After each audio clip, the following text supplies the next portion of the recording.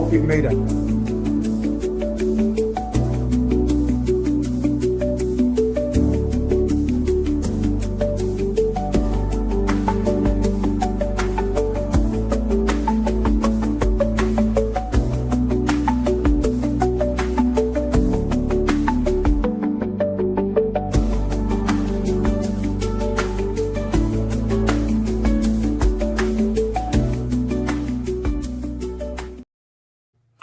Oh, hi. Yes, guys. It's Tuesday night, and yeah, I know. Surprise, surprise. No Ray tonight. He's on assignment right somewhere tonight. So, guys, you got me, the man behind it, back in the seat again for the first show of 20. How appropriate! The first show of the new year, and I'm the one who's kicking it off. As always, guys, you can find us on any of our social media accounts. Definitely check us out there. Let me bring in my tag team partner for this evening. The man is from Queens. He thinks he is Damian Priest, but he's actually more of the he's more of like the Damian Priest wannabe that we get on teamwork.com. The one and only Jay. Jay, how you been, brother? What's going on? All rise. I'm good. It's finally good to see you in 2026 to do a show. First show, you back. How's it feel? Honestly, walking into today, I was like, a little part of me was nervous because I was like, it's been a while since I've done this.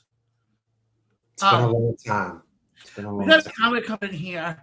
There you go. See, bringing the people back. Yes, John Blaine is back, folks. Throw in your comments. From at Omega Prime 5150, I think I know who that is. Shoot. He said, "Hey, dipshit Danny, it's the second show of the year." Dipshit Danny. First time I've been called dipshit Danny on anything. But guys, we got a lot of stuff to get to tonight. We're on the road to the Royal Rumble. We had a very interesting SmackDown Friday night that I definitely want to touch on. And obviously we got AEW with what they have. And like I said, wrestling right now, and I kind of actually want to start off a little bit with TNA here for a hot second, because TNA has a very big week coming up for them. And it was, then the next comment was, well, I thought it was nicer than Jack Off Johnny. That could be a wrestler name. Who knows? I'm just saying. Got a lot of nicknames. But TNA this Thursday, obviously, we'll definitely be watching it here, makes their debut on AMC. Now, obviously, Jay, you've been around with TNA. You've been, a fan of TNA for a while. I've been a fan. I'll admit, I was one of the fans years ago in the Dixie Carter era when they were doing the Destination America stuff, that I was sitting there saying, yeah, this company has no – I'll be the first one to admit it, that this company's on its last legs. I would agree to that. And they stood the test of time. And I said it for a while. I've even said it on this show. I felt like with Impact Wrestling, they were never given the opportunity because they were never put on the right channel.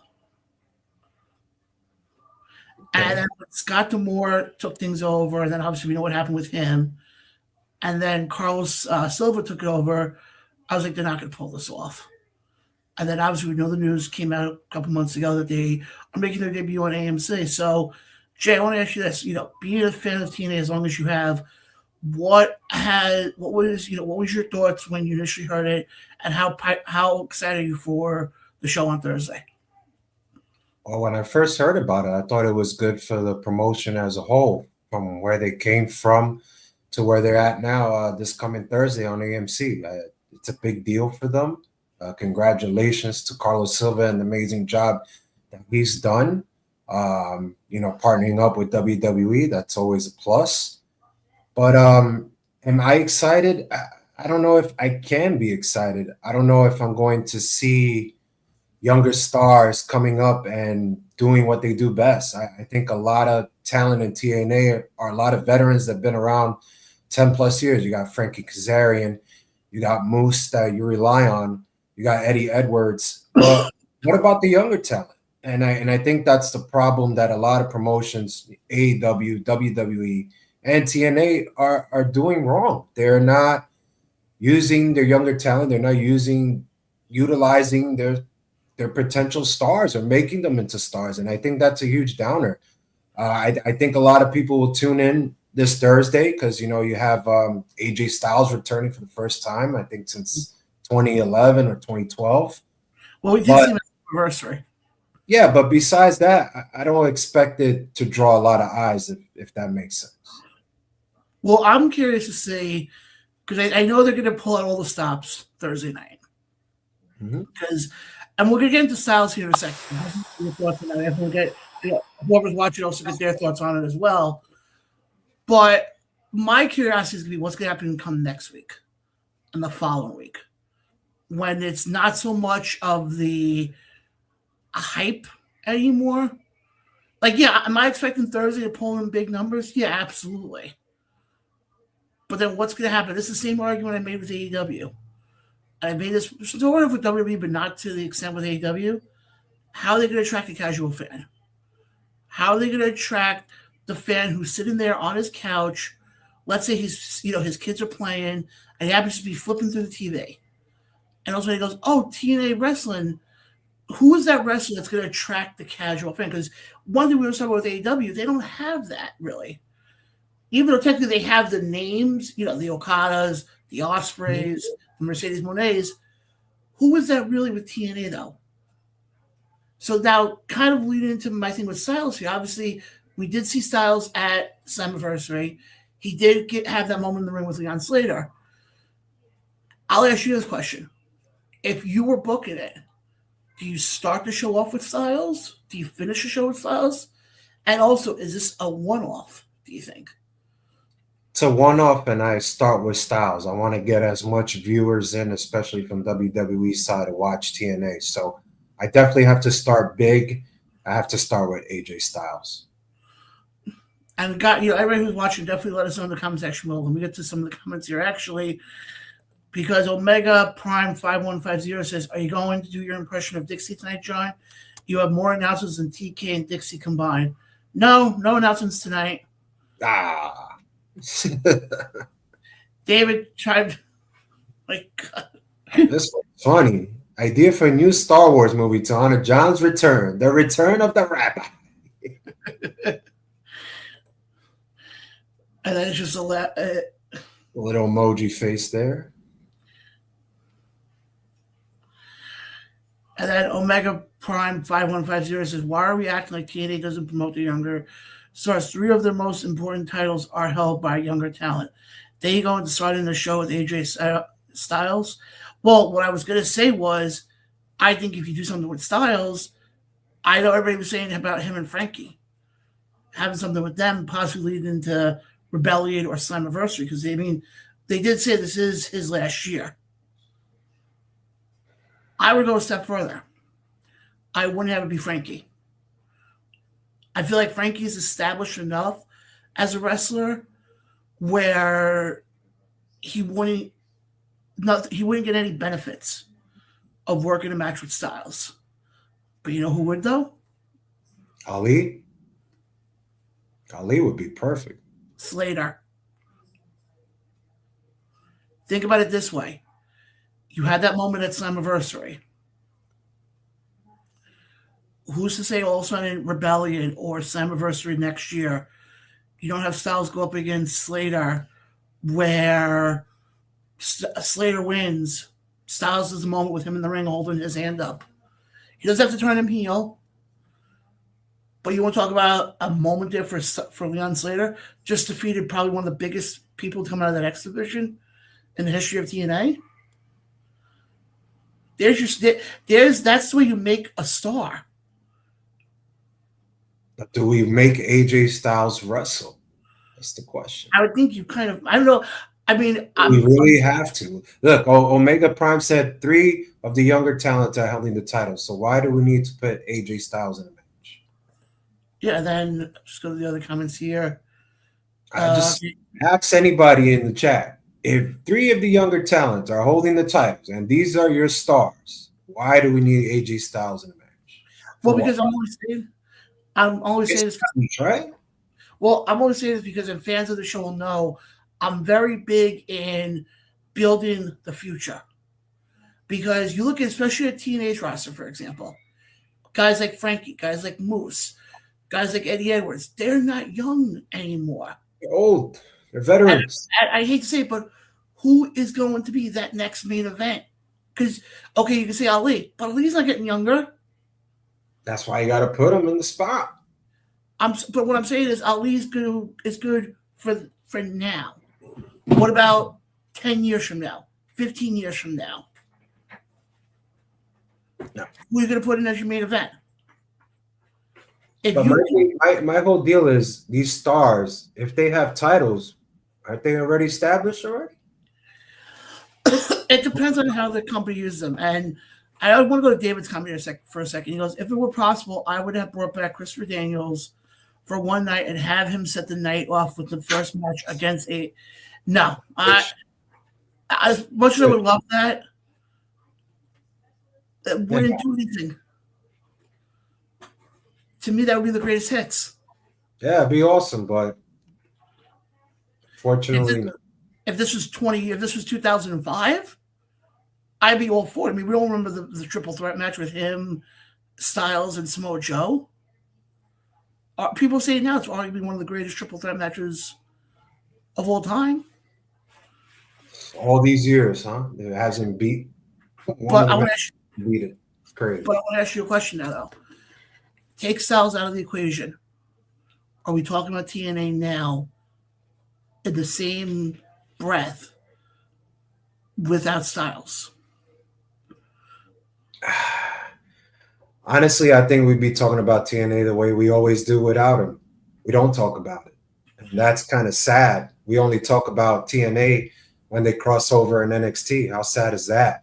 We don't even mention TNA or any fans. Hey, I want to see this. I want to see this coming Thursday. There's none of that. I think it's going to be the same, unfortunately. I think it's going to draw. If you ask me, I think it's only going to draw 300, 400,000 viewers. Well, I just think the problem and I think the first show is going to do pretty well because of the fact you got Styles, and you don't know who else they're going to pull in. That's all you know. Styles. Yeah, but here's the thing, though. What I'd be curious to know is what numbers are they pulling in a month from now, 6 months from now. I think it's the same numbers I'm saying, 300 to 400. Yeah, no, you're probably right, though. But I'm curious to see, how, because, remember, this is the first time I'm actually going to pull up their roster right now. Pull it up. Is the first time that I can remember that they're on a much bigger scale as far as a TV provider in their entire history. What you have to do is you have to do the show so big. You have to do a SmackDown day. What I would do is I bring AJ Styles first. Maybe people don't like it. I know Omega may not like it. I bring AJ Styles first, get rid of him, or bring him in the second hour, get rid of him. And my main event would be Mike Santana versus Frankie Kazarian, and I will have Mike Santana go over to start their new era of AMC TNA. Yeah, I mean, I'm just looking right now. Looking like that.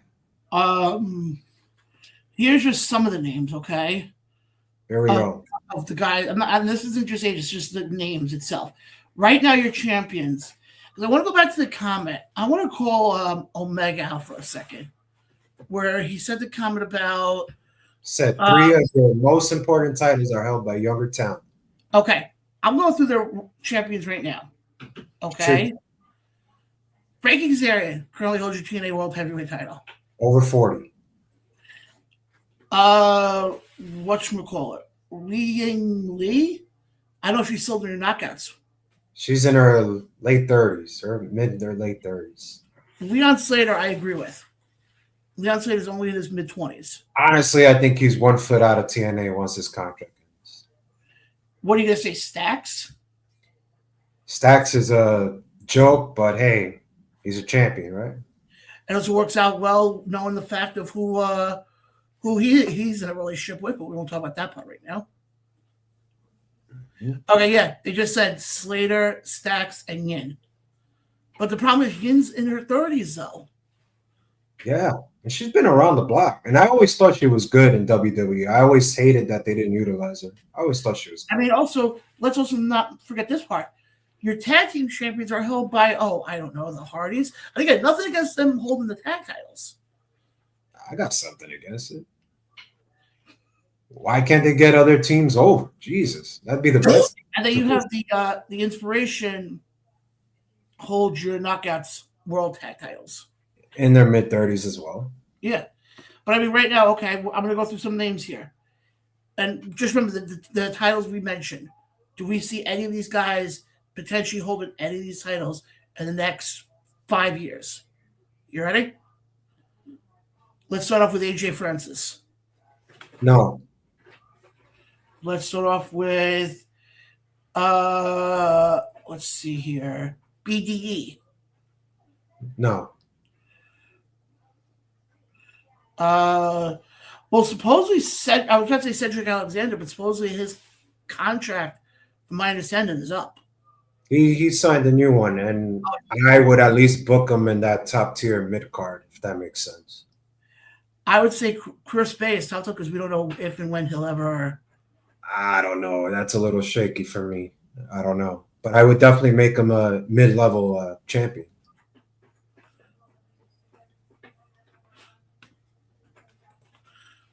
And then he says, how can you talk about going younger than say that there's no issue with the 70-year-old Hardys holding the titles? I never said go younger. Listen, the Hardys are the greatest tag team champions of all time. We cannot say that. They're not my greatest number one, but they're on the list.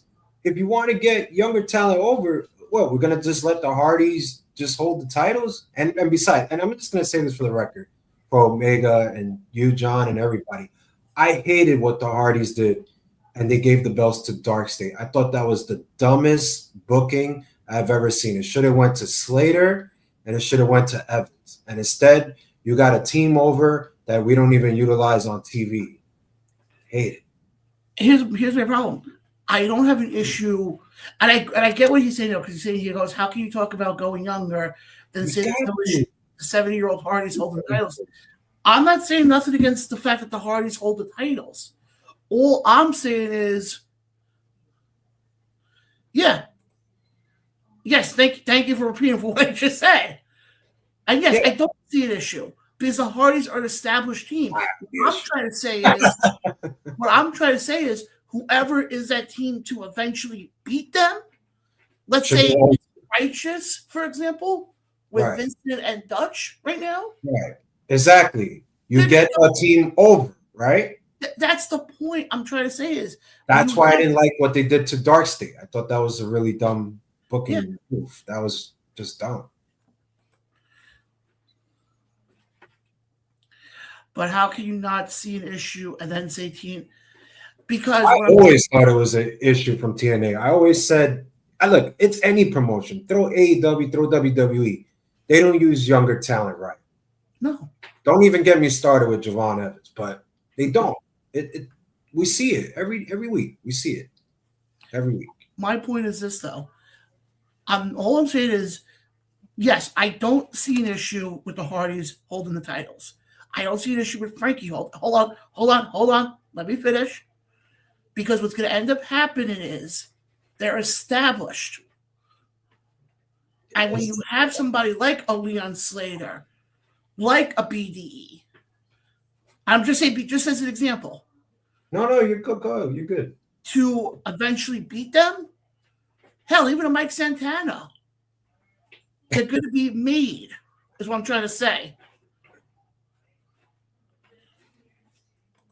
Mega don't like your words, man.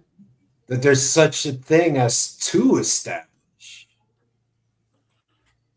I always think that if you're established, you should get the right team over. I think the Hardys made a big mistake, not their fault, when they gave the belts to Dark State. I thought that was really dumb, really incompetent, whoever came up with that. And we lost the opportunity to make Leon Slater and Javon Evans tag team champions. But then again, we make stats. The guy's barely been on TV after the D'Angelo whatever mafia gimmick was dead. Dark State is the right team to get over from a through established team. I don't know, John. I don't do it. I think if you're gonna do a job, do it with the right crew. Don't do it with a team that's nobody cares about. I don't care about Dark State. No. I was just read up on here just to see the other matches or if anything else was Gotta announced. have Mike Santana in the main event, right? That has to be the main event. Yeah, Tim and Frankie, but they also just announced who the I was about to say guest commentator is going to be for the main event. that should be a good one. Should be a good one. You know who it is, right? Who the special guest commentator is going to be for the main event of Frankie versus Mike Santana? Nick Nemeth? He is a 2-time TNA World Heavyweight Champion. He is a 23-time World Tag Team Champion. He is part of the TNA Hall of Fame. Bully Ray? Bully Ray. That's weird, but okay. This is a little weird to me, but okay. Hardys are too established so that they lose. Hold on. Hardys are too established so that the loss they will sustain won't mean as much as the Hardys getting beaten 15. Hey, John, are the Hardys fighting Thursday night? I don't think so. Well, they got Genesis coming up. So that means they're not making an appearance Thursday night. I don't know. They're going to make an appearance Thursday night. Okay. I guess we'll get a little more clarity on what the tag team division is going to be. Well, I wanted to say something because you do have, I forgot you do got Genesis coming up. That you could probably watch on the AMC Plus. That's big, man. Congratulations once again, TNA. That's big. I never thought they would get a big TV deal. I always watched them on TNN. So. Well, I'm going to pull up the pay-per-view quickly because, like I said, you got Genesis coming up on the 17th. And I'll run through the match. I'm not going to do predictions now, but this kind of goes into my whole point here. Triple three-way match. Sorry, I have to use the proper vernacular here. Three-way match for the TNA X Division Championship. As you got Leon Slater versus Cedric Alexander. Oh, hold on. Leon Slater or Myron Reed, versus Cedric Alexander and Moose. That's for the TNA X Division title. Now, Mike, this is on Saturday. It's on the pay-per-view. We got AJ Francis taking on Rich Swann. Elijah takes on Mustafa Ali. The Hardys take on the Righteous, which I'm going to tell you right now. The way they're presenting the Righteous, I love every minute of it. Oh, yeah. I loved it, the part where the fans were like, who are you? Who are you? Who are you? Like, no, you didn't get, yes, I mean, I just kind of played. They didn't really do any vignettes. No. But it was awesome, they debut. I will say that. Yeah. That was a good one. Li Ying Lee takes on Danny Luna for the TNA Knockouts World Title. Oh, my God. Then we also have, I forgot, this will be JDC's retirement match. Wow. Long time. He's taking on Eddie Edwards. Oh, they're fighting within the... Oh, really? And then for the World Heavyweight title, it hasn't been announced yet who they will be facing, but either it'll be Frankie or Mike or Nick. I gotta say, they're putting in the possibility of Nick cashing in his call your shot. But now let me ask you this though: let's say you get past Thursday, Mike Santana doesn't win the title. Is that the end of the road for him? Do you have to put him then in the back? And I say that for this reason. You had him go through this whole story where he won the title at Bound for Glory. And then you had him drop it a month later. Do you pull the trigger, have him win, and have him go on a run? Do you have Frankie retain it and then kind of because let's be honest, Santana's probably going to be one of the next TNA bound for NXT people. Let's just call a spade a spade. Or do you put him in the back of the line? Because technically technically this is his rematch for that belt.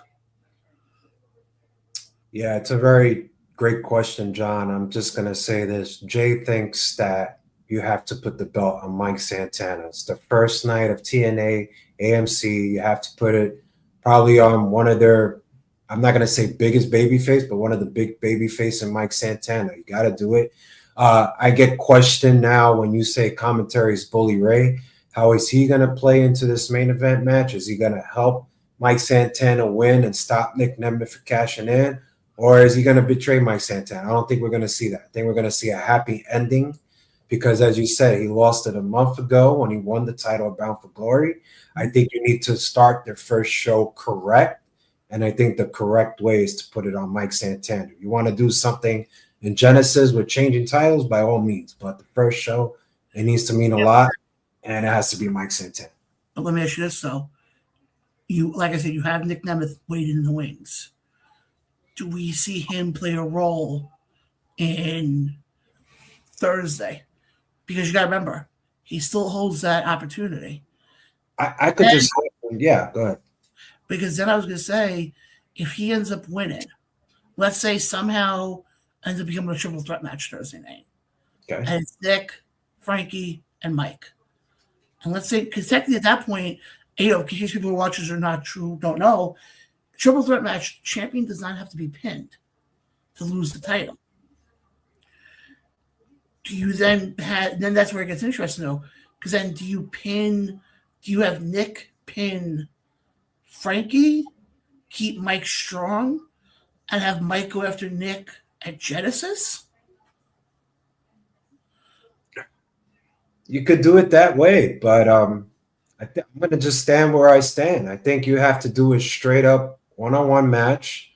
If you want to have a silly interference and Bully Ray stops Nick Nemeth, that'd be good. But I think Nick Nemeth should wait. I mean, you have a whole year, for God's sake. You don't need to cash it in Thursday or Genesis. I could wait. And I think they should wait. I think that's the best decision, especially all the backlash they were getting that Mike Santana lost it in a month. David over on YouTube says Santana for the win. Yeah, it's going to be very interesting. It's going to be very interesting come Thursday how this whole thing plays out. Not only from the main event, but who else shows up. And the thing is also, we talked about before with Styles. Does Styles get set up for a match later on, being that it is his final year? No. I don't even see him wrestling in a match. I just see him doing some talking here and there, but I don't see a match with AJ Styles. I don't. I don't even think they need it. You don't even need a match from him. You don't. I'll tell you right now, if they do, you're probably right, they probably won't have him wrestle this year. They don't need him. If they do, though, and it's going to be his last TNA match, I could easily see that being the main event. Can't do it. Look at the story that would be established, though. Whoever would be in the ring with him, you have the chance to be probably, I would go as far as saying, one of the pillars of TNA wrestling, or the pillar. Well, there's a few other people who held that company up, but for the most part, when that company was going down under, it was starter days when what's his face, when Magnus was who was there. Well, don't forget that AJ Styles was one of the last OGs that were there to the very end. You know, that whole Aces and Eights storyline. Oh God, that was so bad. So bad. But he was there till mostly the end. So to me, he's like the pillar of TNA, but I don't need him to wrestle a match Thursday. I have him talk. It's good to be back. Congratulations. And that's pretty much it. Well, I got another possibility. I know it's going to be very early, and I know if they would announce it right away, do we see him going into the TNA Hall of Fame? He should. I just don't think the time is now. I think the most important thing is to finish off his last year, and I think you could do it like a year or so after. I would definitely do it. Definitely. 100%. 1,000. Like I said, Thursday nights be very interesting. It is. how it's all going to play out. You guys know damn well we will have coverage for you guys next Tuesday. Oh, yeah, we'll talk about it. Oh, yeah, without a doubt. But we're going to take a quick break right now. We're going to come back and we're going to dive into some WWE as we are on the road to Royal Rumble. Right. And guys, for the first time of 2026, we're going to go play some Flow. We'll be right back. After this, you're watching the Around the Ropes radio show right here on YouTube. We'll be right back right after this. Yeah.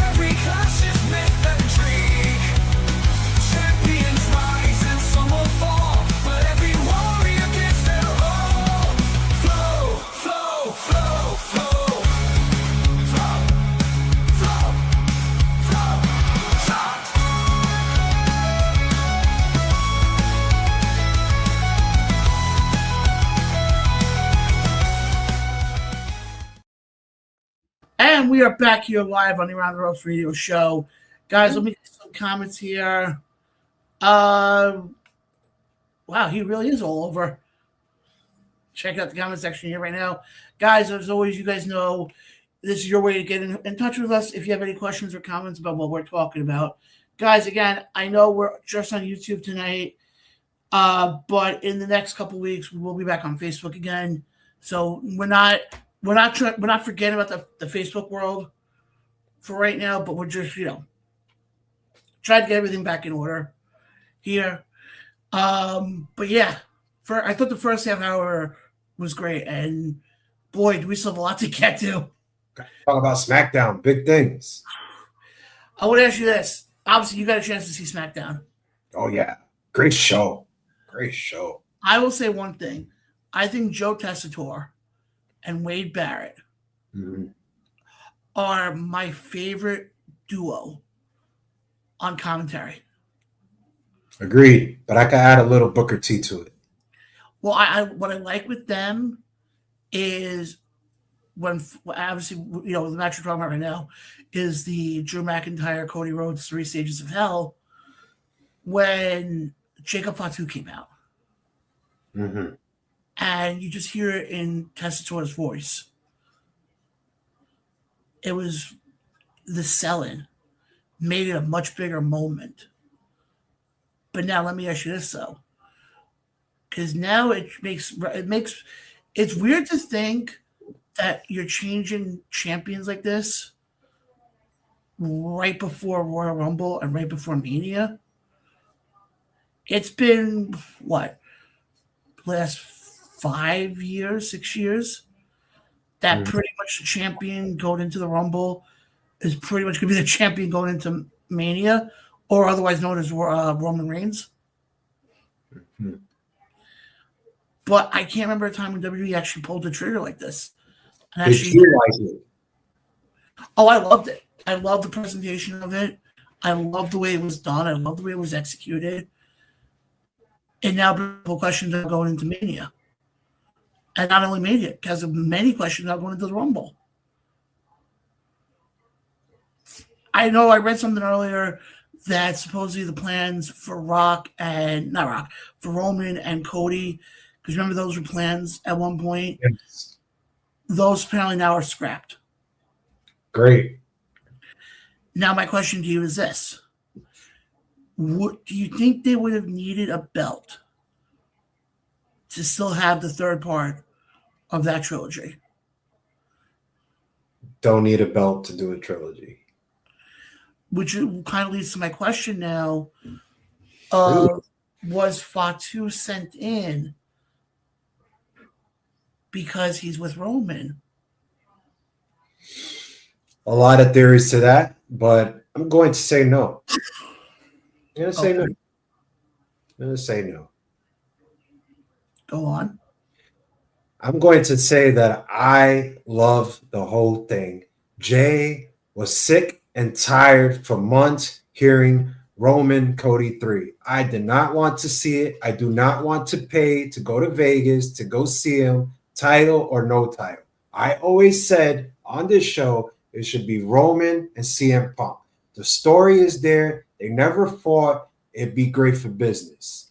But they decided to go to the Roman Cody route. So what I like about WWE is they actually watch Jay and Jon, because I've been saying that they need to stop being predictable. Now it is unpredictable going into the Royal Rumble. Now we don't know who's going to win. And it's unpredictable what match we're going to get at WrestleMania. So do I love this call? Do I love the Roman Cody scrap? Absolutely. 1,000%. Drew has been putting the work for 2+ years right now in this business. He got a shot when it was COVID. Nobody was there. Nobody gave a shit when he was champion, but he held the company down. And now he's getting his opportunity to shine on the biggest stage. I love it because we don't know who he's going with. I would put Sammy in that spotlight because there's just a great story there, and it will be great for business. But I love this, Jon. I love it. It's a changing of the guard. You and I are sick and tired of watching predictable stuff, and now we're not. I love it. I like the fact, and I agree with what you were saying. I like the fact of we didn't see this coming because, like I said before, we were so used to being, well, if you're the champion, you're not losing the title before Royal Rumble. But now all of a sudden it's like, okay, it's like now we don't know what the hell's going to happen when they get to Saudi Arabia in a couple of weeks. We don't know because, and I was telling this to a friend of mine, you look at the Rumble pick, right now. For years, it always used to be, well, we know who's going to, this person's the favorite to win, and they're the clear-cut favorite, But now it's like you really don't know. Because could you do Sami Zayn in that position, have a Rumble, and go after Drew and Vegas? Yeah, possibly. Or do you go a step further and do you go possibly Braun Breaker? We talk about younger guys. You want an opportunity to build a younger guy, there you go. Or do we go Cody again and have him win the Rumble for a third year in a row? No. Who gets over with the crowd in Saudi? Who is the number one superstar? Now, it used to be Mansoor, but he don't work there. But who is the next person that gets the crowd over? Sammy. Exactly. It makes sense. It makes sense. It's logic, Jay. You and I both know logic doesn't exist in pro wrestling. It doesn't, but this guy's been an underdog for 10+ years fighting for a world championship. Now that Drew has it, there's no better face besides a Cody than Sammy. But now let me ask you this, though. I got another name who you could throw in there very easily. The Ring General. Oh, no, can't do that. I'm just saying. I need a monster to fight a monster. I would do him and Brock. 1,000%. Or I got another name. And this would be, if this guy is in the Rumble, I think he should be one of the clear-cut favorites. Let me hear it. I think I know who. Darula. Yeah, that's what I was thinking. And look, I could do a story with him and Drew, but I don't see him winning the Royal Rumble. I don't know. I don't know what the plan is for him. Yeah, obviously we saw last week on NXT. He did relinquish the NXT title. So weird. Oh, I loved it. I loved it. on the fact of Loch Ness Monster. Yeah, man. Do it. This might be our Bills fans over here in the I-86. Yep. Congratulations. I still didn't have them to win, but whatever. Guys, something to do at the I-86 after dark tomorrow at 8 p.m. They'll have all of your talk from the crazy weekend of pro wrestling. Exactly. And David Reynolds hit it on the money. This is why you should do Sammy. Sammy versus Drew for the WWE title will be the main event equivalent of when Sammy beat Gunther for the IC title. Absolutely. And what did that get, David Reynolds? A huge pop when he won. Yeah, absolutely. I get that. And I believe me, I would love for that. I would absolutely love for that to happen. You could have him go for the title but not win. You could do it that too. Yeah, but here's the thing though. Are you going to get to the point now with Sammy where it's like he's had all these opportunities, I hate to say the same thing we're talking about with Joe Hendry. If you remember last year. Joe Hendry. When he kept winning title, when he kept getting all these opportunities, and then all of a sudden he kept falling short. Sounds like a Javon Evans. Yeah, I remember the crowd. I wasn't at the stadium when Sammy won. I was in Philly though. I was not that far actually from the stadium. I was at 2300 Arena. And you can feel the excitement though. Crowd went ballistic. But I just want to go back to Obafemi here for a second. I think Obafemi is going to be somebody who people have to watch out for going into Mania. I mean, you know, by the way, you know he was a track and field person? Yeah, I heard about that. I read that. I'm like, how? I mean, I said this, people laugh at me because I was on the Obafemi train when he first started. Me too. And everyone was like, "Oh, he doesn't have the look." I'm like, "Just wait, he had the look from the beginning. He has the look. He is somebody also. I could see him being both the babyface and the heel. I can see him kind of being both. But I could see him almost doing I think with him being a heel, it'd be a hell of a lot better. Because he could always play like, you know, I'm the root, like, and then with his eye, like, the one thing with him especially, if you ever watch him talk, when he has the mic in his hands, and his eyes kind of like pop out of his head, it's like, yes, sir, I don't want to offend you or anything. Intensity he has. But I will say one thing though, he gets up to the main roster, and he's another guy. Do you put a strap on him right away, or do you wait? I wait. And then what is that first strap you put on him? Do you put the I wait when the time is right. But it's definitely not going to be a WrestleMania. I think he'll be champion before then. But here's my question though. Do you put the IC title on him first? Do you do a mid-card title, or do you do which I would say honestly to me, whatever title you put on him, be prepared. It's not going to come off of him for a long time. I'd probably do the IC title because it's kind of not being utilized, especially with Dominic Kurt. I think that would make the most sense. And the United States title has been known since John Cena held it to now Mello. So I think the IC title needs a little more prestige.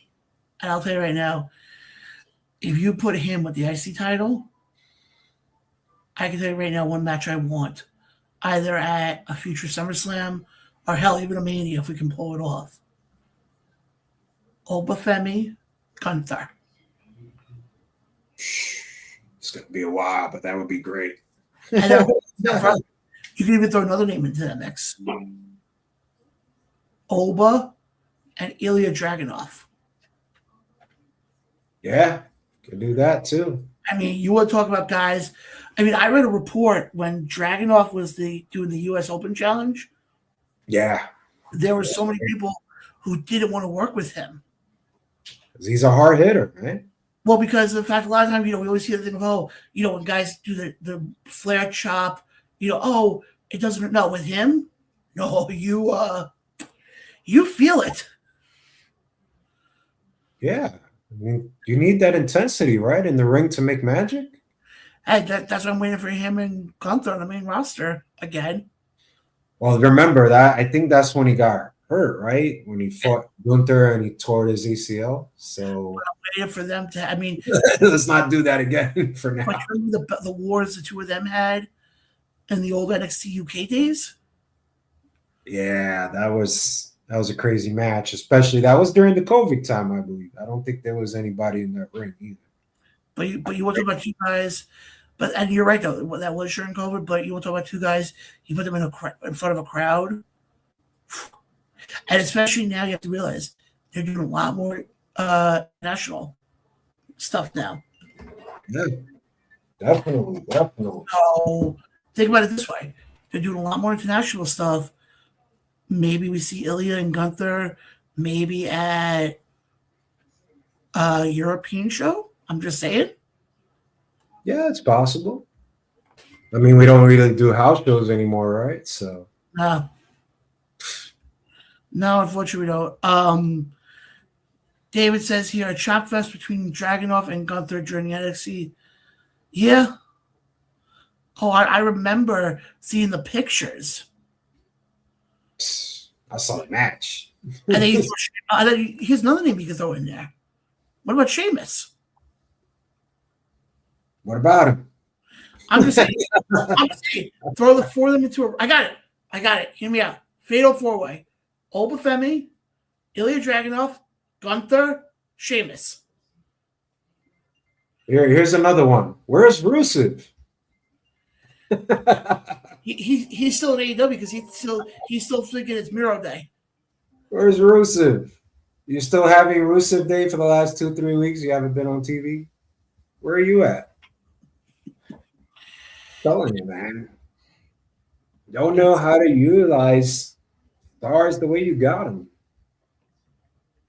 But let's see what they have in hold. I mean, Obafemi's a monster. I would just book him as having just squash matches and then having partnering up with some veteran that could really get him a little over. I don't know who, because I don't know where Brandy's going to, but I would definitely do some squash matches and then set him up for a good veteran storyline. Maybe Styles. Who knows? Maybe Styles and Oba. I got it. Omos. That's somebody who we should have. I don't know what this guy has with WWE, but they seem to love him because they have not fired him yet. I thought he'd be fired the first year. It's not. Well, think about it.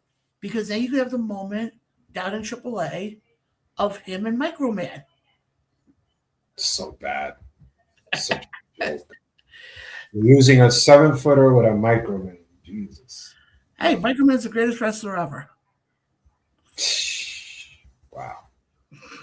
We are definitely off the rails. But it's funny. I mean, you look at a lot of these other guys when it comes. I mean, you had another guy. What about Cardona? What about him? What role's he gonna have? I'm gonna book him the same way I always book him. Mid-level talent. I don't know. That's what I'm seeing. Well, they're bringing him back slow and steady. Okay. Okay, so SmackDown has this tournament for whoever wins is going to fight the champion at main event. You're telling me in round 1, Mark Cardona will go over Trick Williams? I don't know. I hear crickets because I wouldn't do that. I would put Trick over, especially what I saw the last 2 weeks. Oh, I agree with you 100%. And I think Cardona's set up as in a position now. So here's the thing, John. You agreed with what I said, correct? Yeah. And you say, what are we going to do with Matt Cardona? So doesn't that kind of explain what they're doing with Matt Cardona? Yeah. He's taking L's when he shouldn't be? Yeah. And maybe it's the right timing. Because you got to remember also, look at his wife. Perfect example. Look at his wife. She was taking L's when it wasn't needed, but she was getting over with the crowd. She is like a carrying cross, but a female, because she only had like 10, 20 seconds every week, but she made the best of it. Yeah. So But kudos to her. But I think she was booked way worse than Matt Cardona. yeah, but here's the thing, though. But it got her to the point of now holding. She's now a 2-time U.S. Women's Champion. She, I think, as of now, still holds the AAA mixed gender titles. Yep. And she has the greatest line ever. That's come out to be one of the greatest clips ever in WWE history. When her and Ethan Page got cream pied by was it by Joe Hendry? I think so. Maybe Joe Henry, Thea Hale. Yeah. And the comment basically was, I've never been creamed like this before. And that's basically taken on a life of its own. But my point is this, though. I see what you're saying about Cardona, but I think with him, it's a wait and see as far as where they position him. It's going to be very interesting to see, though. It was just bad when I saw that graphic because I'm like, you're putting Matt Cardona, the return, all these years, the story, the online, the WWE websites, and now you put him against probably one of the hottest superstars to ever come out in NXT history, in Trick Williams, and you think Trick is going to take the loss? It's like, I don't see it. No, I want him. But guys, we're going to take another quick break here. Go back to our friends over at Flow. Come back and talk some AEW. Guys, you guys know you can actually, you know what? AEW. We're not going to do Flow. Sorry, Flo. We're going to do Wilson's Corner. Wilson. And after Wilson's Corner, we're going to come back.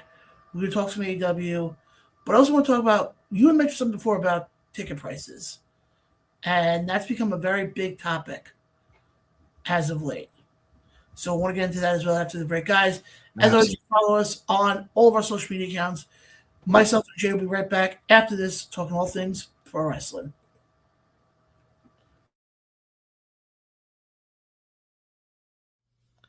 Hello, welcome to Wilson's Corner with me, Kevin Wilson. Remember me? Hi. Okay, so all this streaming stuff that's going on right now with WWE, Netflix in January, Peacock's still a thing, and now the partnership with ESPN to go and broadcast all of the WWE PLEs or pay-per-views in my mind because I'm old. It's gotten to a very ridiculous point. I'm kind of getting sick of this streaming stuff in general because it's just all costing way too much, and especially for wrestling fans nowadays. Like, when's enough going to be enough? When are we finally going to stand up and go, yep, nope, I'm done, see you later, I'm going to go back to the Pirate Bay or, something else, I don't know.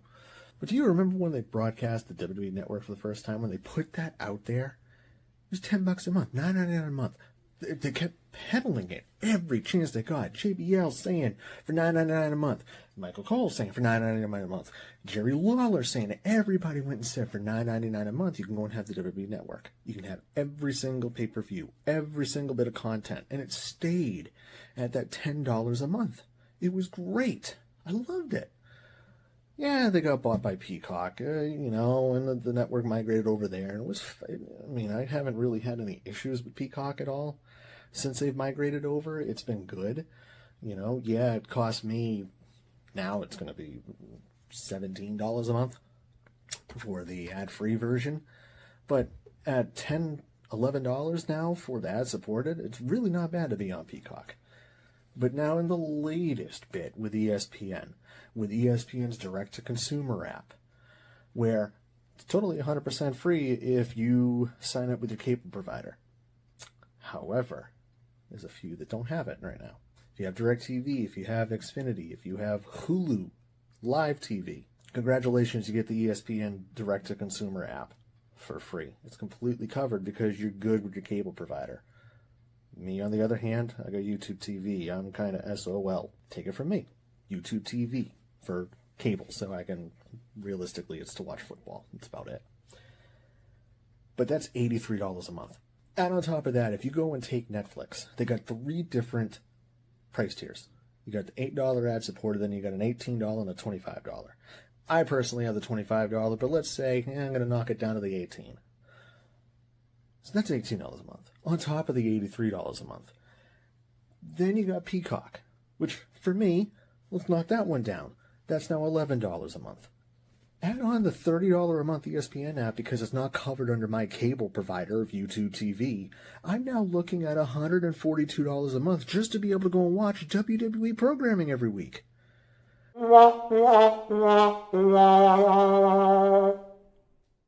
Between Netflix Monday Night Raw on Mondays, between NXT PLEs on Peacock, all the content that is currently still on Peacock of older shows and older promotions and older everything. And now I've got to go and add a completely new app to be able to go and watch a WWE PLE. Like, it's getting ridiculous at this point. I just needed to go and get that off of my chest about this whole streaming situation. It's just patently ridiculous that I gotta now pay almost $150 a month just to be able to watch pro wrestling. It almost sounds like, hey, remember when cable was about $150 a month and then it was the occasional $35 pay-per-view? That sounds like a dream. I'll be back next week with another riveting edition of Wilson's Corner with me, Kevin Wilson. And remember, folks, just like musician Brent Smith once said, this isn't goodbye, it's just see you next time.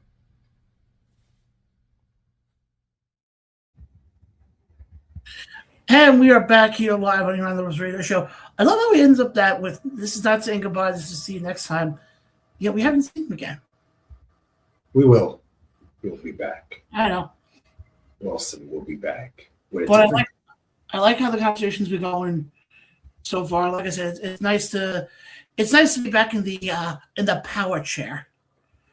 Yeah, the producer chair. Yeah. It's nice to be back in here. Just a couple things guys before we get into AEW and just some quick independent stuff. In the next couple of weeks, we will have all of our past shows, including tonight's show, back up on Spotify, Apple, all of our streaming platforms. So definitely go check it out there. If you can't watch the show live, that's your next best option. Is if you go to Apple, go to Spotify, go to iHeart, go to TuneIn. We're there. I know it hasn't been updated in the last couple of months, so that's going to be updated probably starting tonight. We got a lot of independent wrestling coming up.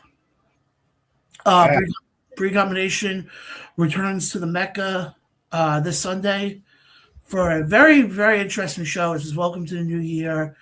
Darius Carter will be in action. He takes on Montekia for the BCW heavyweight title. Can Montekia beat Darius Carter, who has held that title for over 1,200 days? I don't know, to be honest. Darius Carter is somebody, if you ever get a chance to see him wrestle, Chad, have you ever got a chance? I think I may have had a chance. I just don't recall. He's the room. Yeah, there's few guys with independent wrestling that we always sit there and say, how are they not signed to a WWE or an AEW or a TNA even? And Darius is one of those guys. Darius, to me, is somebody, he is the two-time BCW heavyweight champion. He's held the title, as far as time length goes, basically the amount of time I think I've been associated with them, which is almost going on 4 years now. There was a small stretch where it was Marina Shafir as a champion, but if you blinked, you probably missed it.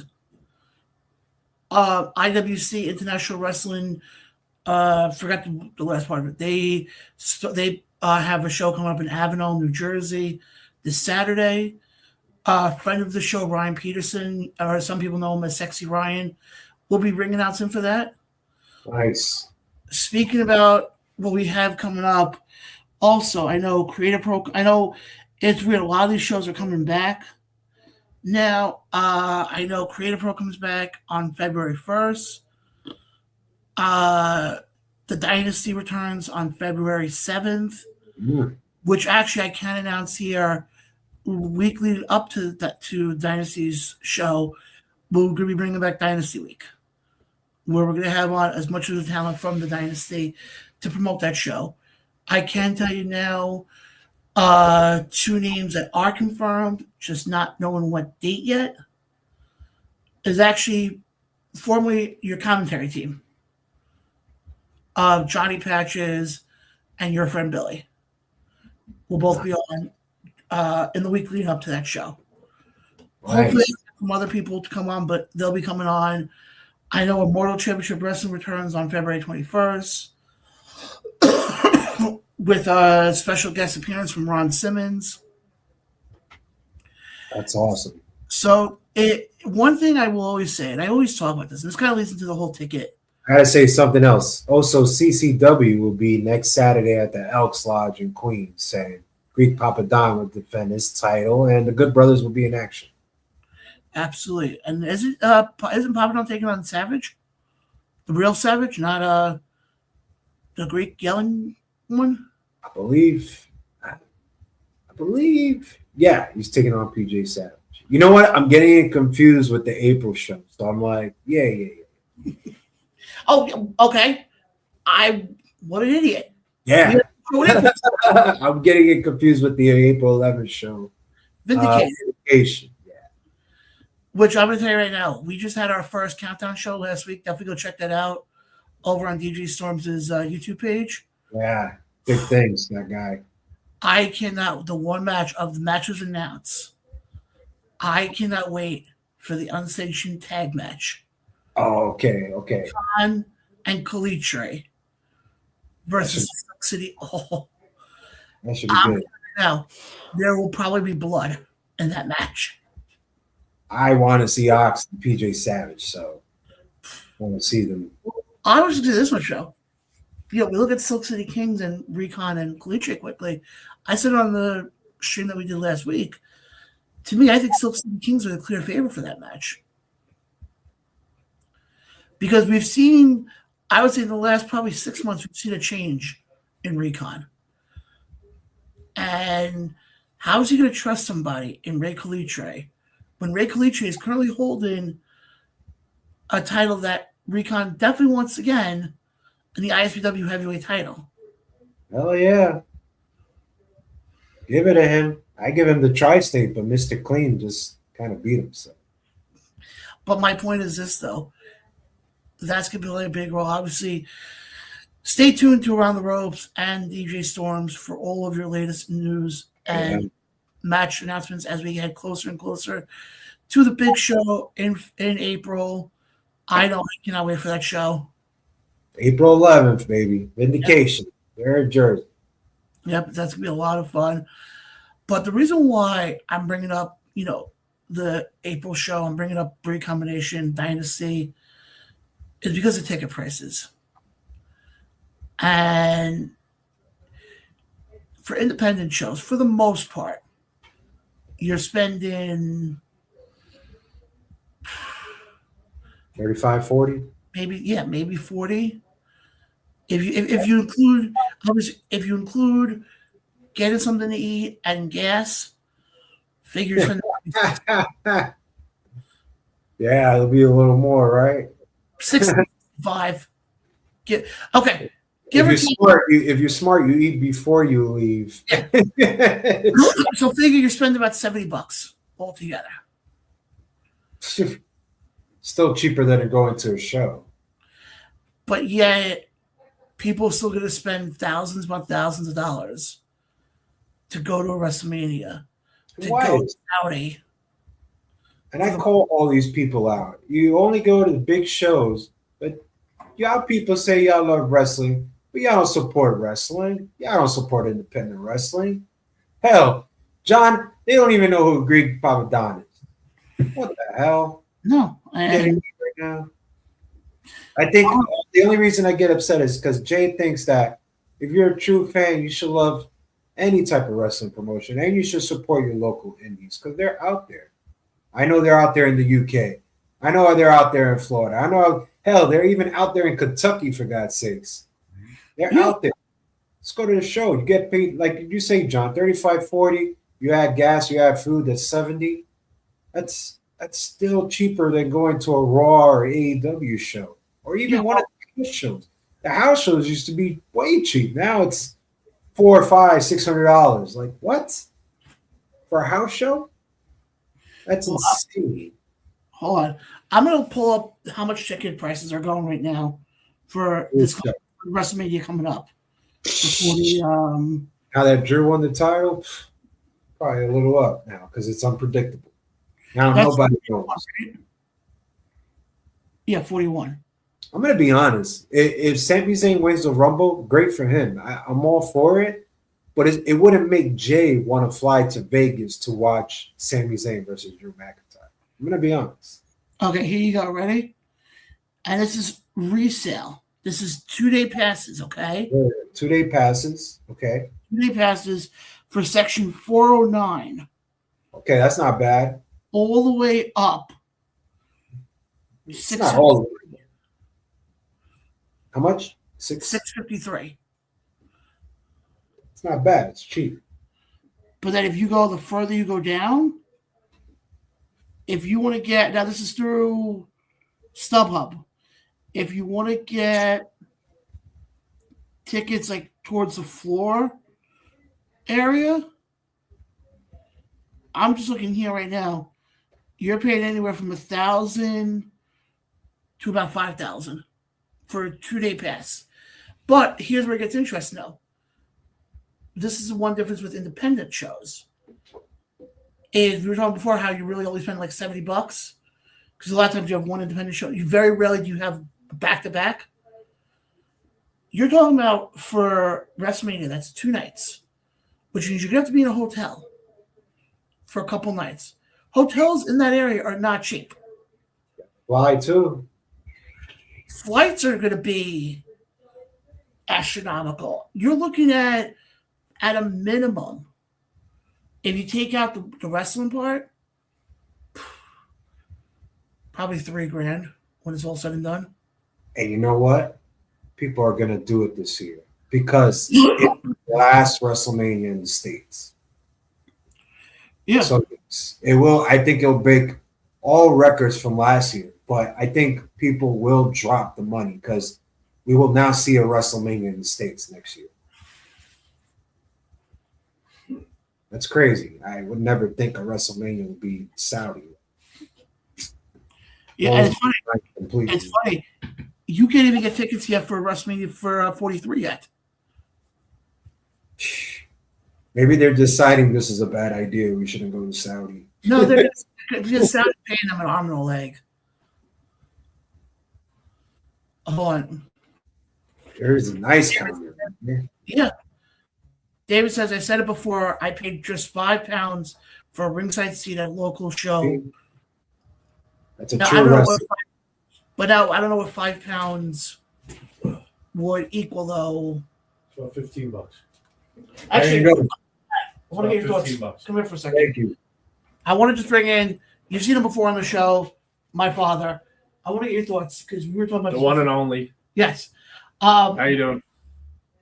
What's up, brother? With the ticket prices. Uh-huh. You just want to get your thoughts on it. Well, it's like, something. It's like anything that's a sport or not a sport. If people are going to complain about the ticket prices, then why did the New York Giants sell out 75,000? They're terrible. And the Jets, too, same thing. It doesn't matter. People are willing to pay it. As long as they're willing to pay it, the owner's going to get richer and richer.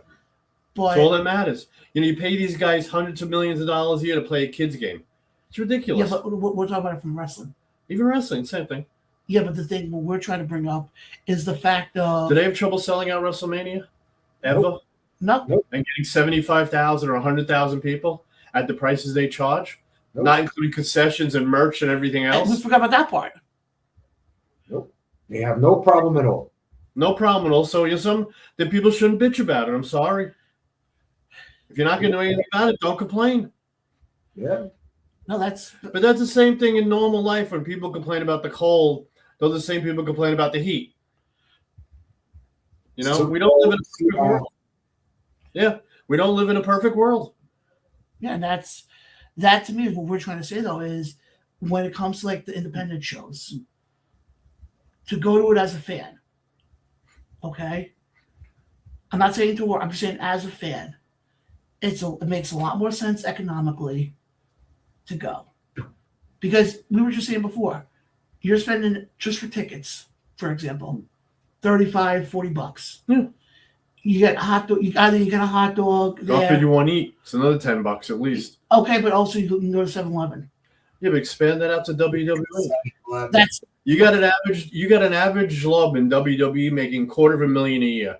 That's the minimum salary. And you get these guys that can't do anything in their life. So they're making $250,000. You got to charge for parking, concession. They have to pay rent for the building. Yeah. It's a lot of. It just doesn't. It doesn't make any logical sense. and now the problem is you go to like we were saying before, they don't do house shows that much anymore. But even like they're supposed to do the Garden, I think the end of March. Oh. WWE. Okay. I already saw ticket prices for that. I'm sure it's outrageous. But it's not. But here's the funny thing, though. They did the Garden back in November, Cena's last Garden appearance, and they were through the roof. So, what was his last appearance? But now they're also getting through the roof, not because there's anything big on the show on the card. Yes, granted, it's 2 weeks out from WrestleMania. Doesn't matter. Sports fans are very weird that way. But it's also a fact of where they're going to be, though.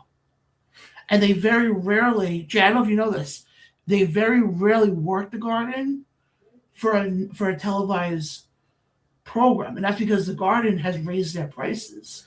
Yeah, but it's like anything else. It's like what kind of person is the biggest spender at Atlantic City? They bring their Social Security check with them, they wipe it out, and hope they're going to hit it for millions of dollars. I mean, it doesn't make any logical sense in sports. Yeah. When you got teams that are terrible, like the Giants, the Jets, and they can still get $75,000 just admissions, not including parking, concessions, and merchandise, add another $300-$400 to that just to bring a family of four. It's insane. And that's what we've been trying to say. All right, thank you. No problem. Bye. But Peace out. I'll say your check. No, thank you. First, I got to check. But I agree with what he was saying, though. Yeah. I mean, it's the same thing. I mean, Jay, we're both New Yorkers. We're both New York sports fans. Yeah. I'll give you a prime example. Look at the Knicks. This is the best example I can give. They have sucked for the last 20 plus years, for the most part. But yet they still sell out the Garden every week, every game. Especially on Christmas. Yeah, it doesn't matter. They can be playing the worst team in the league or the best team.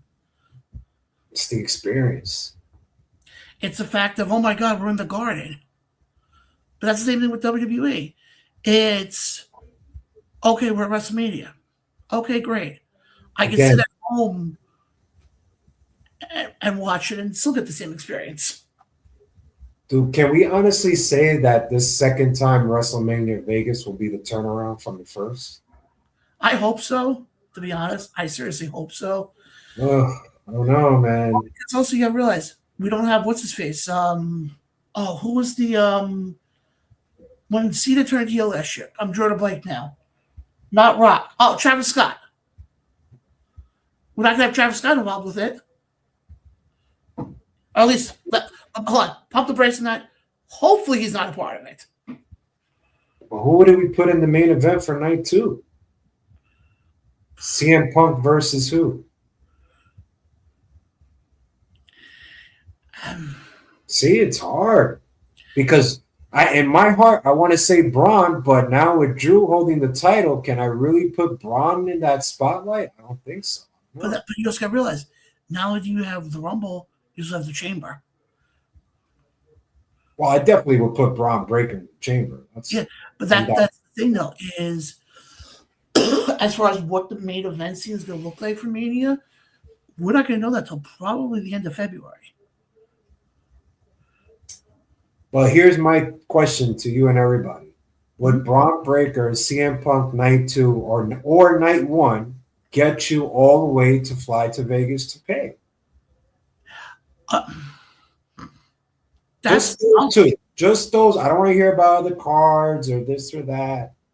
Just that main event, whether it's night 1 or night 2. Will that get your ass off your seat to say, you know what, I'm going to Vegas now? No. Exactly. No. Don't get me wrong.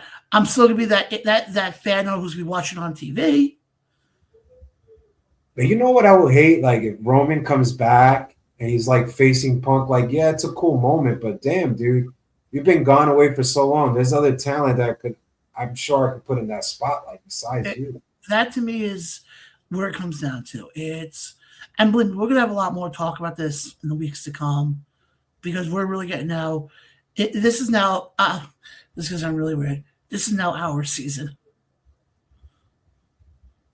September to New Year's was kind of like our off season, even though we don't really have an off season. No. Now you have to realize, though, because I really was thinking about this. We're gonna wrap up the show actually in a little bit here. Look at what we have now, and look at the platform we have. We have WWE, which, by the way, I love the fact. Actually, you know what? Before we wrap things up, I do want to get into Monday Night Raw quickly because I want to get into that finish with Gunther and Styles. But I just want to make a point here for a second. You have Raw right now, and WWE in general. They're doing the European tour. Yes. Which their next show on the stateside, I think is going to be the first Monday of February. Oof. In Philly. Big. So you got that.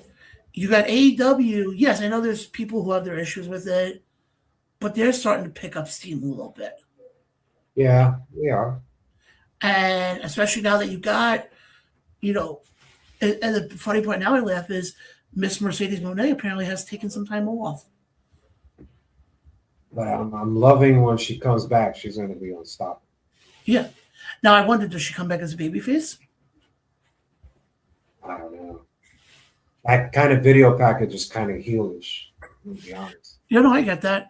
Not only that, you got TNA starting their run on AMC. Yes. You have NWA on Roku. I don't have Roku. Wish I did. Right now, as a pro wrestling fan, it's an amazing time. Yeah, and this is an amazing time of the year. Always the beginning of the year is always amazing. But not only that, though, just the state of pro wrestling overall. I mean, you got the independent scene that's flourishing right now.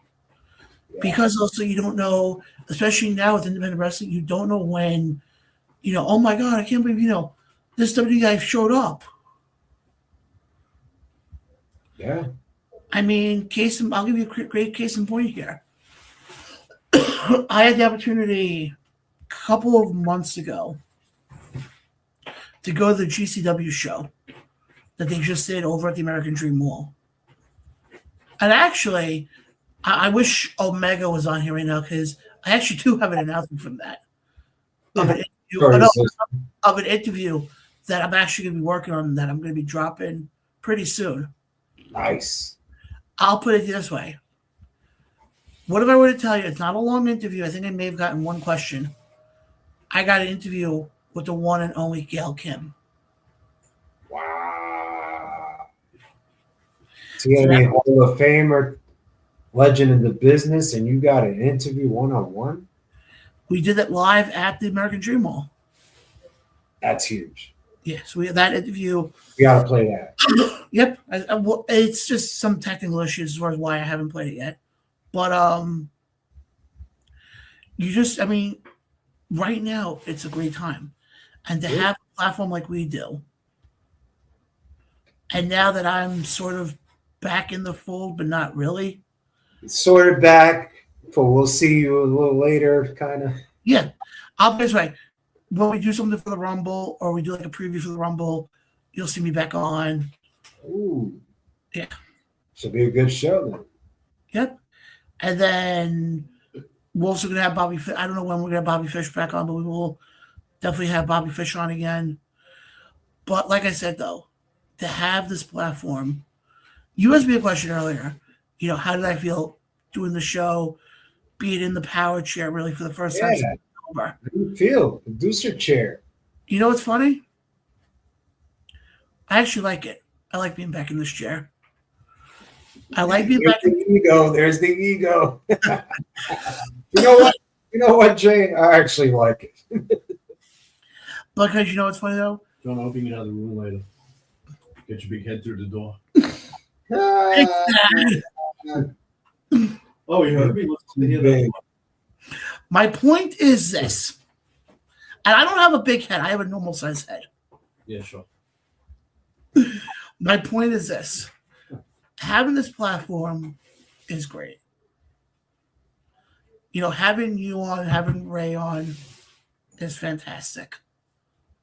And I say this to you every time, but I'm very grateful that the two of you really took over when I had to take a step back. And like I said, I'm very appreciative of all of that. But with that all being said, I want to get into WWE quickly. Let's do it. I want to talk about the main event. Gunther and AJ Styles. What did you think of that finish? It reminded me of Undertaker, Brock Lesnar, SummerSlam. I liked it because the way it was shot, the way the camera and everything was shot, I thought it was done perfectly. I just don't, me personally, I wouldn't show him tap right away at the end of Raw. I think I would have waited like another week, and just kind of end the show like that to get everybody thinking like, oh my God, what just happened? But he said he tapped. But wait, oh no, the show's over. Now I got to wait till next week. I think that would have made it more suspenseful. And then you could kind of show the video where he did tap out and we could go from there. But I would have done it like that. But I thought it was done perfectly. I didn't have a problem. Over on YouTube, David says Jay and Ray did a sterling job holding the fort down. Thanks. Yeah, me and Ray bump heads on Maxine do shit, but we hold it down. But you know what's funny though? I mean, they're still gonna be holding down the fort for me, and because like I said, I'll say more about that when we wrap things up here. But what I like though, especially with this whole thing with Gunther, right, is he is like I remember when Dominic first really turned on Ray, and he couldn't get a word out for like a solid couple of months. I like with Gunther, he's kind of and I say that with Dominic because Dominic really was like, well, I don't know what to do now. He felt kind of like confused. Right. Almost. You look at Gunther, did you like the finish? Oh, I love the finish. Oh, you love it. Okay. I love the finish. It kind of added to Gunther's persona right now. All right. I thought it was shot perfectly. The Yeah. way the camera was shot. My point is this, though. As far as where this goes with Gunther, I don't know. It has to be Brock, right? It has to be. It's like, what's the logic choice for him at Romania? It has to be Brock Lesnar. Well, I mean, who is he? I can see him having. I can see because I see what they're doing with him. Though they're having become almost like the legend killer gimmick again, like Orton had.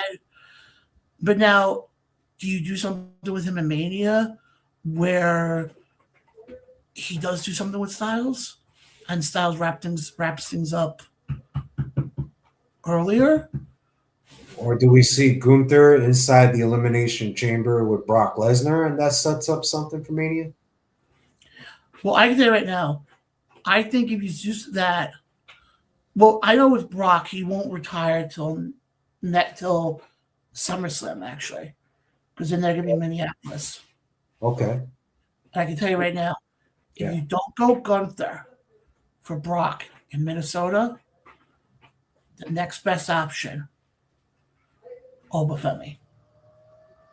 How about you do Oba in summer, give Oba a little more time to work on his ring work a little bit, and we push Brock and Gunther because, look, all the legends in the backstage, behind the curtain, whatever you want to call it, they're going to say nothing but amazing things about Gunther. So why would Brock Lesnar not want to work with someone that knows how to work in Gunther for Mania? Yeah. Oh, I agree with you on the Mania part. I'm saying more for SummerSlam. I would do Oba because if that was my last match or whatever, I would get that guy over. And one thing I talk about religiously is building that future. And what better moment than, I mean, granted, Oba did great in NXT, but how many times have we seen guys do great in NXT come to the main roster and basically fall apart? I don't think that's gonna be the case with Oba, though. That's good because the person I'm thinking of is Tiffany Stratton. She was on TV NXT all the time. She came up, she had this big pop or whatever, and now as champion, she had no great feud, and now you don't see her on TV no more. No, But no, that's because I think she was injured. From my understanding, she was injured. She ain't injured now. No, She ain't injured. but my point is this, though. She ain't injured. Look at somebody like Oba. He is the guy who held that North American title, Yes. the NXT title twice, actually, technically. You put him up, thing is with him, and I know I keep going back to Oba here. You love him. You love Oba. I'm sorry. The guy has the look. He can talk well on the microphone. Yes. You're going to turn around and tell me, oh, yeah, we're going to have Oba and Braun Breaker, Oba and Jacob Fatu in a match? That's not going to get asses in seats? It will. Look at this. The Ruler versus the Beast in Minneapolis, SummerSlam. What again, better storyline than that? People are going to sit there and say that, I'm on the Oba, that I'm an Oba Femi crybaby. Okay, fine. Great. I will be. Who cares? I was like, the guy has we were talking about having the it factor. There is nothing with Oba that would make me sit there and say, nah, he won't do well on the main roster. I'll do very well. Not only that, you also have to realize another part. The presentation. The lights. The lights. And when he starts coming out doing the walk. The walk. The entrance in the ring. I mean, you put that on a WrestleMania? If I put Trick Williams in a WrestleMania, woo! That's my I'm going to get that roof popping. But that's my point, though. Is you get these guys like Trick, Oba. I mean, wait till Braun breaks off from the Vision. And John, I'm gonna just add to that. We have never seen something like this before. We always get the routine tradition of after Mania, we get new stars from NXT. This is the first time we got NXT stars before Stand and Deliver before Mania. We've never seen this before. That's how impressive Oba Femi is. Yeah. And the thing I left with Oba, he's only been at it for 3 years, I think. And Javon Evans is also 2 years. Yeah. And look at that. Yeah. But it's just, like I said, we're probably 5 years away from having Oba Femi Braun Breaker main event of WrestleMania. I'm just going to say that right now. That will be the case. I'm because Cody and Roman should be gone by then, right? So I'll put it this way. If they bring WrestleMania back to New York, if like they do it like it would be a war zone out in New York, man. I got it. Ridiculous. WrestleMania 50. I would love it. I would love Pack to the see Garden. it. Do we pack the Garden or do we pack the Barclay? Or do we just go to the Giants and Jet Stadium? No, if you're doing it at the place where it all started, you have to do it at the Garden. Yeah, right. Kind of watch the WrestleMania 20, the horrible WrestleMania 20. Oh God, I don't know if they do it at the Garden. Parking's terrible. Yeah, good point. it is terrible. It got shit, but My humble opinion. I would do it at the Giants Jets. I mean, Where do you put 20,000 people? You're going to tie up mass transit in New York. It'll be a mess. Well, at least then do the whole. Unfortunately. But then if that's the case, then How about the Meadowlands? it's called MetLife Stadium. What? It's called MetLife Stadium. Yeah, whatever. How about that? Outside. yeah, I do that. I love it. That wouldn't be bad. Or the UBS arena. It wouldn't be bad. I mean, Actually, it wasn't bad. yes, I would like. How about the UBS? I like UBS. We haven't had WrestleMania in Long Island since WrestleMania 2. Yeah, do it in UBS. I go to Wendy's and then I'll go to the stadium right there. Hey, you want to talk about that? All I can imagine is if they do it at UBS Arena, what the mayhems could be like to get on those trains over there. It's freaking mayhem because you got to get there super duper early to park in a fucking residential. Like, you know how many signs there is that you can't park? You need this. No. What? Yeah, but then you got congestion park because you have to drive. I was lucky to get parking, but it took me like 25 freaking minutes to drive around residential areas. I found an area with no sign. I was like, oh, I can park here. You just do the train. It costs $9 more for congestion price. No. You just do the train. And you kill? Train is like 13, 14, 5. I did the train when I got the tickets for Slammiversary. So like you paid probably like 11, 12 bucks. Now it's like 13, 14 now. Yeah, but the thing is, Railroad or subway? the railroad. Railroads cost you a lot of money. But no, but the thing is, it brings you right there. Yeah, you walk upstairs. No, Yeah. then there's a shuttle. No way to go to garden? No, for UBS. Oh, you visited in Elmont, yeah. Yeah, there's a shuttle at the train area that you get on, and it brings you literally right to the front. That's probably super duper packed, dude. That shuttle. I would just walk it. Like, you know what? Well, you just got to realize it's more. It would be April in New York. Yeah, I mean, why not MetLife? We'll see. We'll see. But you thought it was a great finish to the match. You liked it. And you want to see Gunther and Brock. I think we're on the same page. Yeah, we're on the same page with that. But guys, we're going to wrap things up here for tonight. It was a great first show back for me. What do you had to say to AEW? I thought you wanted to say something real quick. No. Just with AEW, I'm impressed with what they're doing. And I'm very curious to see. I don't really want to talk about it so much because I'm like, it'll be, I haven't really been, I'll be honest, I haven't really been paying attention that much. No, I have been paying attention. I think they're doing great work, So, and I think Moxley's really impressing me, which is shocking. Moxley, I'll just say this one. Moxley, I think, is very weird right now because all of a sudden the guy went to start off 2025. Everybody hated him because he always held that title in the briefcase. Yeah. But now, no hands, no nothing. Also, now he's a good guy. He's a Continental champ. Yeah, but now it's like I know you guys hated me when I was, the heavyweight champion, but now that I'm the Continental champion, you guys are all gonna love me. He's not the champion. Yeah, no, I get. I just wish the Death Riders at this point would be done already. No, I don't think he'll ever be. To me, it's like that story has run its course. The only thing I will say though, the one thing I am hoping for that we get in AEW is Chris Statlander and Megan Bayne. Oh, they were to say, I hope Ospreay comes back. I hope he comes back. To me, you want to talk about building that women's division? There's your next feud right there. I gotta say, Kenny Omega looks washed up and beat up. I think it's over for him. I don't know. Well, I seen him wrestle and he was just a little sloppy, man. With MJF, what they're going to end up doing with him? I don't want him fighting MJF. No. Well, he's going to fight MJF. He's gonna fight him, but I don't want to see it. MJF's going to probably hold that belt till probably we get to all in, whichever one it is all in, all out, whatever. In London, and that's where you get Will Ospreay. Because think about it this way: you're not going to go down Swerve again. And actually, what's funny? I'm kind of digging this Hangman Swerve tag team right now. That's so weird, man. They should But just fight. You know what's funny?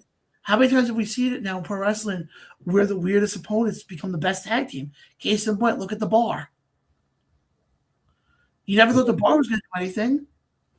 That's a good point. And they became one of the best tag teams. You put Swerve and Hangman together with Nana as the manager. It can't last long, though. They want to be champions, and they made it very clear. It can't last, and it won't. But right now, I can definitely see them playing with this for a little bit. You're not going to go down the road with Samoa Joe because you're not going to go down that road again. Nope. Realistically, you got nobody till you get to Ospreay. I mean, you want to talk about moments?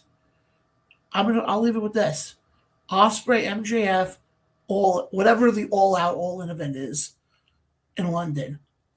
That closes out the show. Ospreay wins.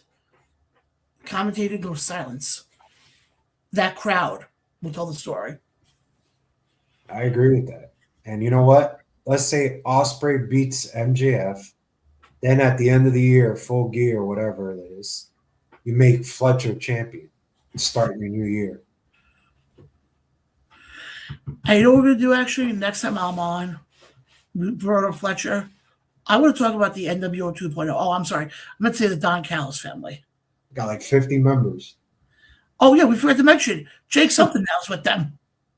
Yeah, what's his last name now? Is like Jake Doyle or something. Doyle or whatever. I mostly wasn't. If they keep him with Mark Davis,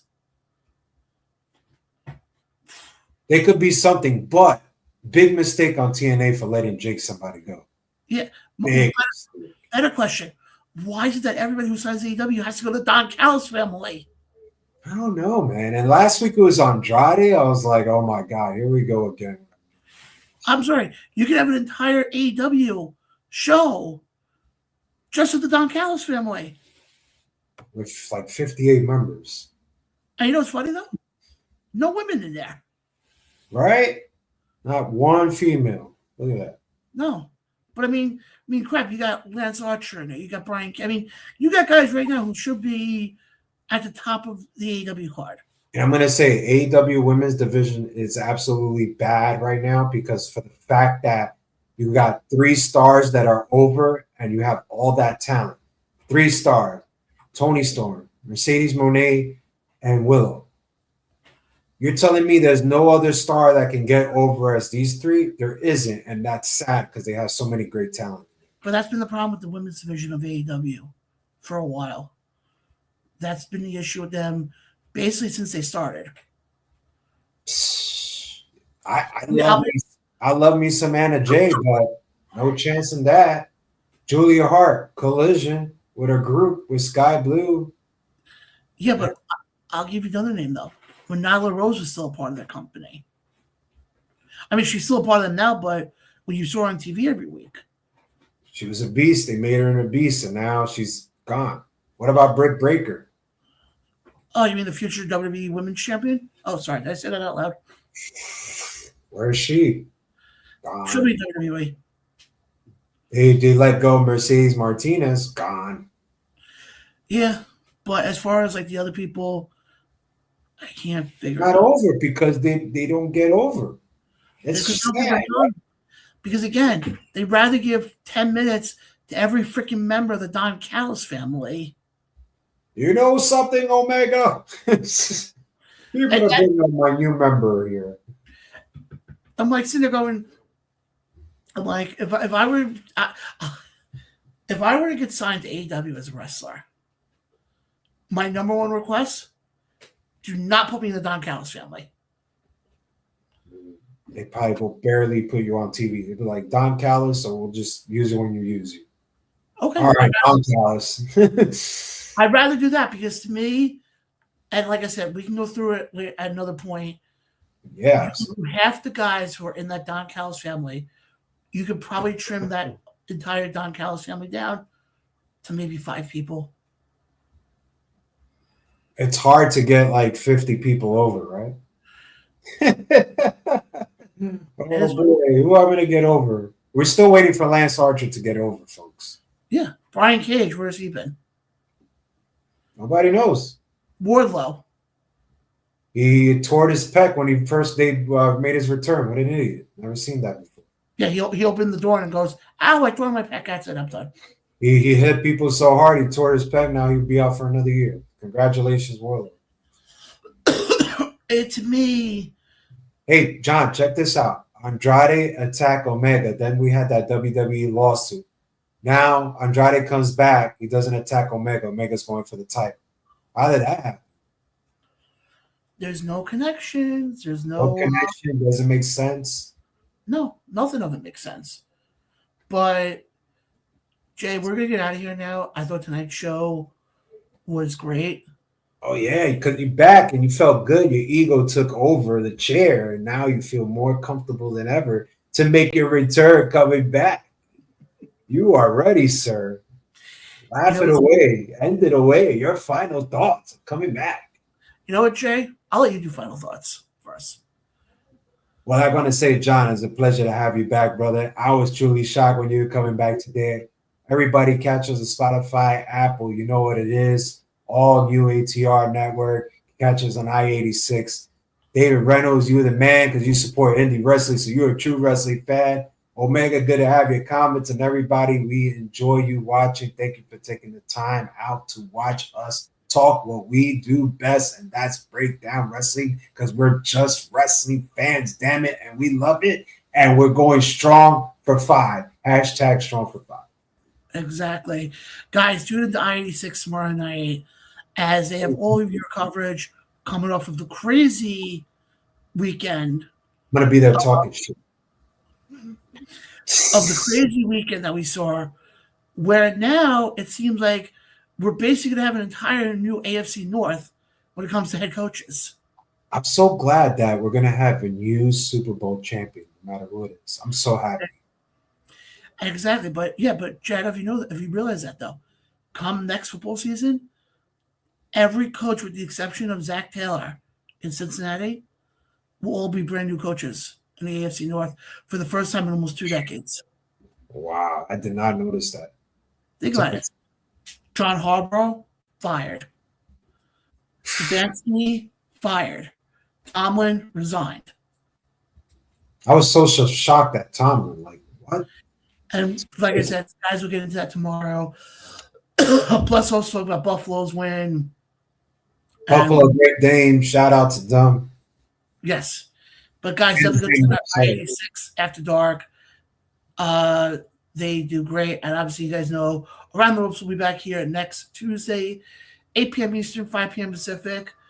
And we'll see who's in the power chair. Could be me. Could be Ray. Could be Jay. You have to wait and see. Me. Guys, again, follow us on all social medias. Subscribe to us on YouTube. And guys, like I said, we'll also be back live on Facebook within the next couple of weeks. I have to just get that fixed. But I think now do we have an outro video? I don't remember if that was. We specifically asked for an outro video. I just don't know if it's done. We'll see. No. All right. So, guys, we'll catch you guys here live next Tuesday, 8 p.m. Eastern, 5 p.m. Pacific. Until then, follow us on Facebook, subscribe to us on YouTube, so much more. For Jay, I'm John. We're out of here. Yes,